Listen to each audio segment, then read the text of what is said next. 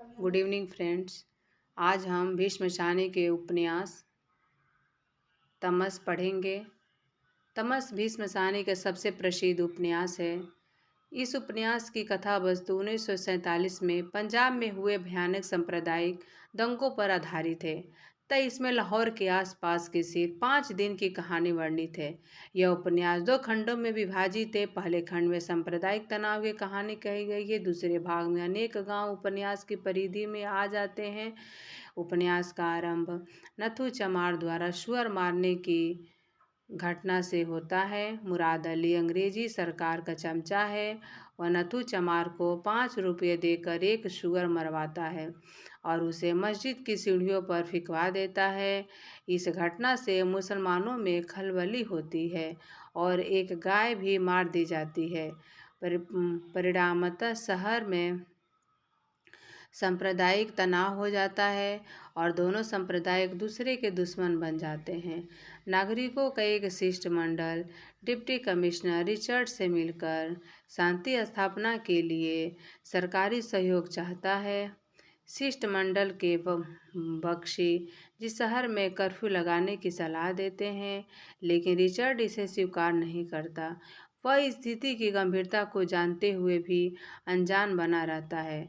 परिणामतः पूरे शहर में हत्या, लूट और आगजनी खुलकर होने लगती है। सांप्रदायिकता की यह आग गाँवों में भी फैल जाती है। सैयदपुर में सिख और मुसलमानों के बीच खूनी संघर्ष होता है। दोनों ओर बाकायदा मोर्चे खुले हैं।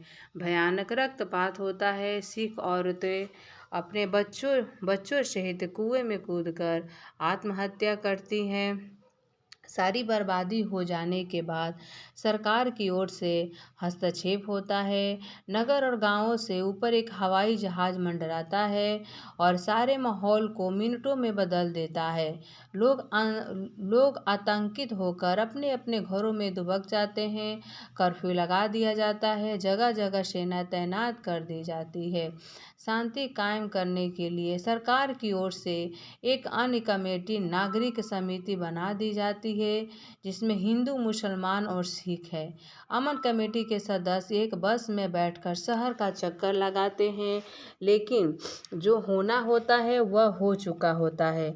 लोग अपने घर से, परिवार से, संबंधियों से बिछुड़ चुके हैं। उनके घर जला दिए गए हैं। संपत्ति लूट ली गई है। वे शरणार्थी कैंपों में अपनी बहू बेटियों को पता पूछ रहे हैं। तमस उपन्यास इस सांप्रदायिक खूनी संघर्ष की कहानी है। मुख्य पात्र है नथु, निम्न वर्गीय पात्र है, जाति से चमार है, भोला व सीधा आदमी है। मुराद अली अंग्रेजों को दलाल है, खल चरित्र है, सुअर षड्यंत्र का रचयिता। अंत में रिलीफ कमेटी की बस में से लाउड स्पीकर पकड़े शांति की अपील भी मुराद अली करवाता है। खलनायक खल चरित्र पात्र है। बख्श जी जिला कांग्रेस कमेटी के सेक्रेटरी हैं। मेहता जी जिला कांग्रेस कमेटी के सदस्य हैं।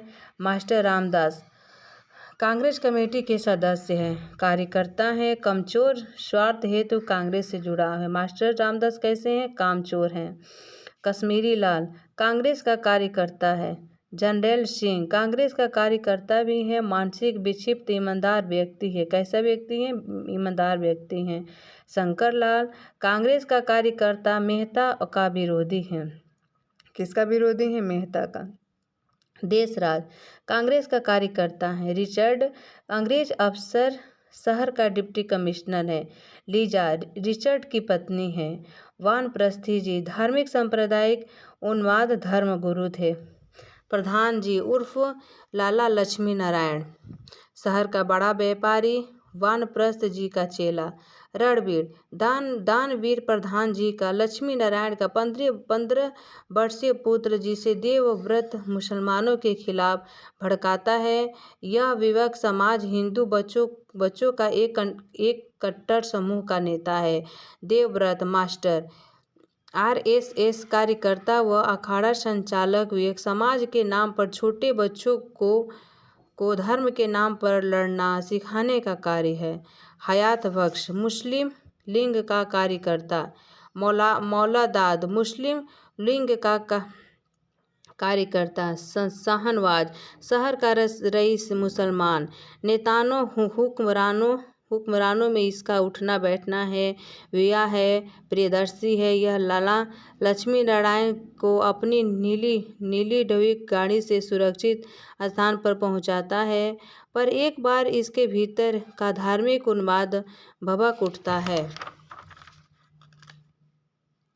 रघुनाथ शाहनवाज का दोस्त, इसके परिवार को भी शाहनवाज ने सुरक्षित ठिकाना दिया।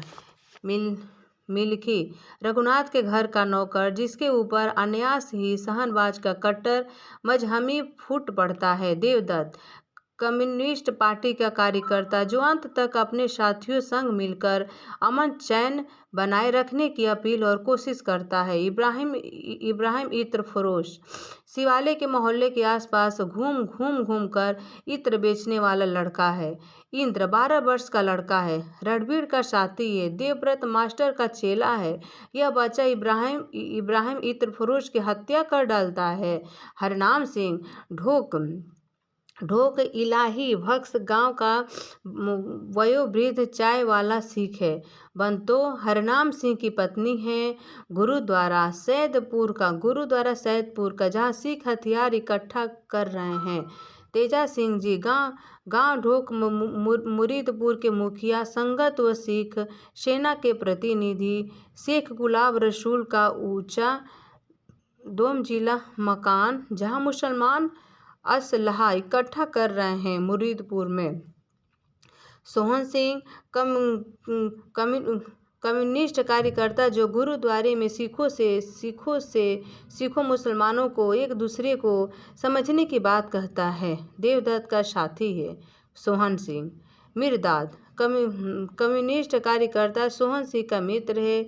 यह दूसरी तरफ मुसलमानों को समझा रहा होता है। देवदत्त का साथी है मिर्दाद। राजो ढोक मुरीदपुर की नेक दिल मुस्लिम स्त्री, जो हरनाम सिंह व बंतों को एक दिन के लिए अपने घर में सकुशल रखती है। अल्लाह रखा। यह अपने गांव की एक हिंदू ब्राह्मण लड़की प्रकाशों पर अनुरक्त था, जिसे वह दंगे के दौरान अपने घर उठा लाता है। बाद में प्रकाशों की स्वीकृति होने पर उसके साथ ही रहने लगता है। प्रकाशों वल्वे के दौरान अपने ब्राह्मण माता पिता से भटकी हुई वह ब्राह्मणी, जिसे उसके गांव का ही अल्लाह रखा अपहृत कर लेता है। बाद में यह जानकर कि अल्लाह रखा दिल का साफ है और उससे प्यार करता है, और अपना अतीत भुलाकर नया जीवन उसी के साथ शुरू करती है। धन्यवाद दोस्तों सुनने के लिए।